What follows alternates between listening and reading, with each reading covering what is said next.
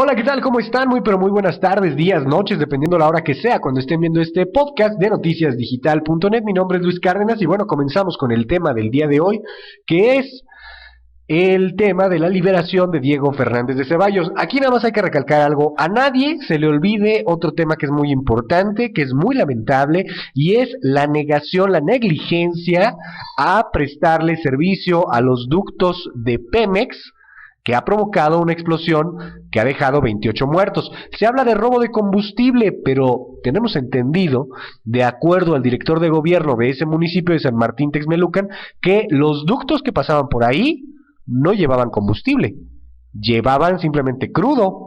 Entonces, bueno, pues hay una sospecha bastante fundada en el sentido de que quizá no tenga que ver el robo de combustible, quizá no tenga que ver echarle la culpa a los ladrones, que sí existen y que también tienen que ser responsabilidad de Pemex. Es más fácil echarle la culpa a los ladrones que aceptar el hecho de que no le dan mantenimiento a los ductos y a las instalaciones como le deben dar, y esta estupidez ha costado 28 vidas. Mañana vamos a platicar a fondo de ese tema, pero ahorita vamos a hablar de Diego Fernández de Ceballos. Discúlpeme usted, tengo un poco irritada la garganta. Vamos a hablar de esta liberación. Le voy a poner las imágenes que seguramente usted ya vio en el transcurso del día en distintos medios de comunicación. Aquí llega el jefe, Diego Fernández Ceballos, con unas flores para su pareja.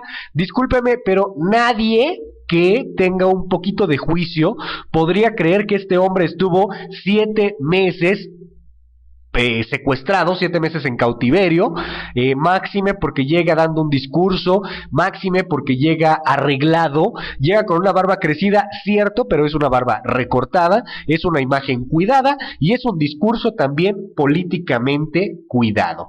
¿A qué me refiero con esto? Número uno, Diego Fernández de Ceballos manda un mensaje como hombre de fe perdonando a sus secuestradores. Además, manda un mensaje a los periodistas, a los que les agradece su humanidad. Ese mensaje, para mí, ese mensaje, como que fue para Televisa, a lo mejor un poquito para Pepe Cárdenas, que le ganaron la exclusiva, por más que tuiteara, bueno, pues le ganaron la exclusiva a don Pepe Cárdenas, que por cierto, admiro, respeto el trabajo periodístico, pero pues se la ganó Joaquín López Dóriga en Televisa. Y ¿por qué le digo esto? Porque Televisa pues precisamente se mantuvo al margen de esta situación. Televisa decía que por respeto, que por humanidad, que por la vida de Diego se iban a mantener al margen de la información del secuestro de Diego Fernández de Ceballos. Esto se dio mediáticamente, este anuncio de la liberación se dio mediáticamente pensado. El primer anuncio se da en exclusiva a Televisa, qué raro, a las 9 de la mañana. Y él llega a su casa más o menos a la 1:15, 1:03 de la tarde, que es justamente cuando empiezan los noticieros vespertinos. Y lo más importante, mañana evidentemente, bueno, pues será el titular de todos los periódicos, pero es una situación que no puede dejarse de lado. Esto estuvo precisamente ensayado y es muy difícil que haya sido liberado hoy. ¿Y saben a qué me recuerda?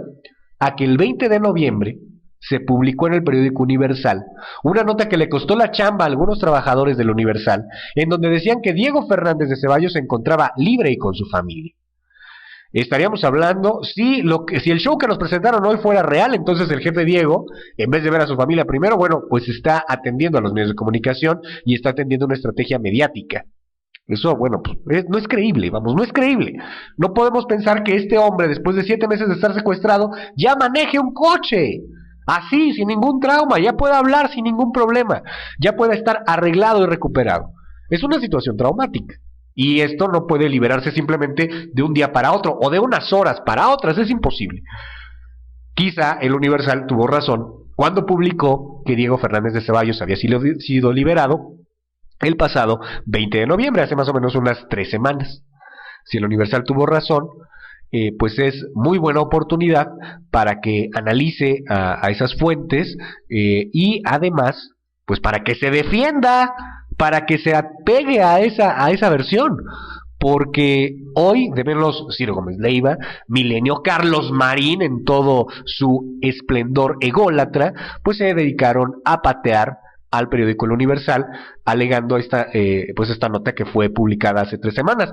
Pero habría que ser bastante crédulo para pensar que el jefe Diego fue liberado hoy.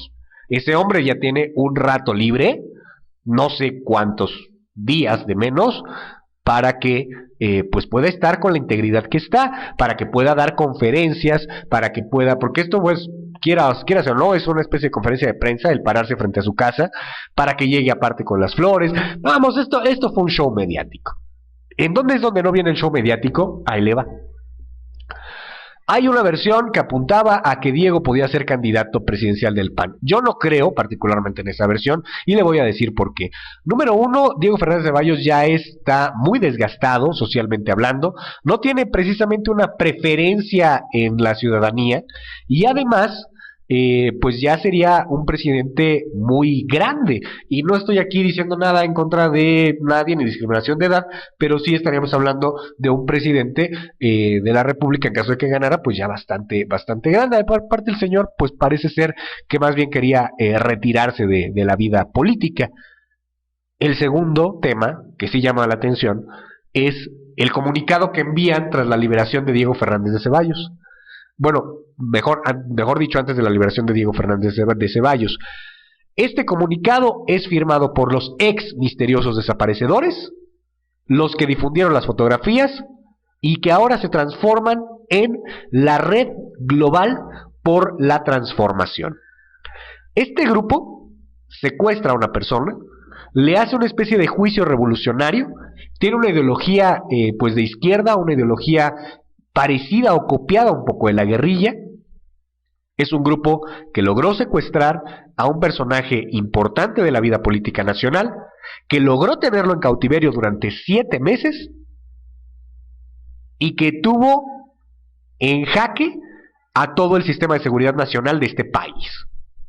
Y este grupo tiene ahorita en su poder una cantidad pues considerable de recursos, porque la liberación de Diego Fernández de Ceballos costó una lana.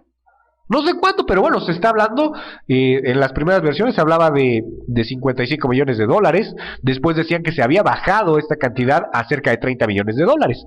Estamos hablando de un grupo que tiene en su poder dinero, recursos, y que si uno lee ese comunicado, entre líneas, pareciera que está convocando a la insurrección. En un momento político clave en el país, cerca de elecciones y que aparte está contaminado y totalmente tomado por el crimen organizado. ¿Cómo la ve usted? Ahí se la dejo, o sea, vamos a hacer más adelante un análisis de esta situación de los ex misteriosos desaparecedores.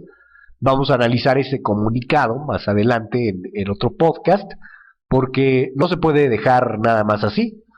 Es interesante saber qué va a pasar con este grupo. Algunos analistas señalan que, bueno, simplemente es una manera ideológica de sacar, como para que digan que fue también una situación no solamente de secuestro mercenario, sino que también había ideología y pues que no hay nada que temer.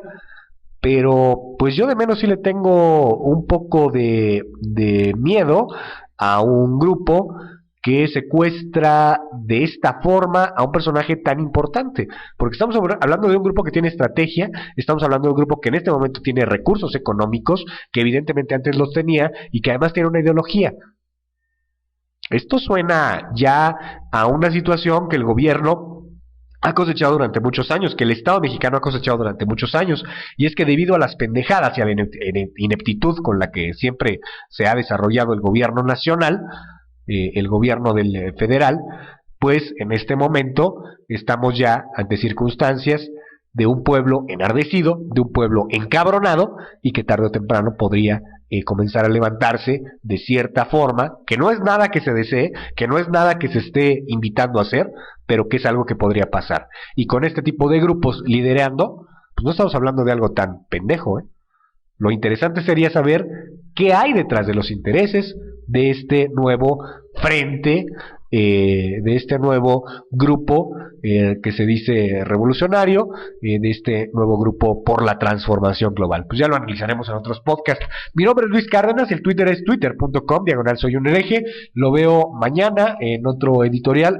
Sí, mañana sí lo veo, se lo juro, se lo prometo. Nos vemos mañana, cuídese mucho y vamos a hablar de San Martín Texmelucan, lo que pasó en Puebla. Cuídese mucho, hasta luego.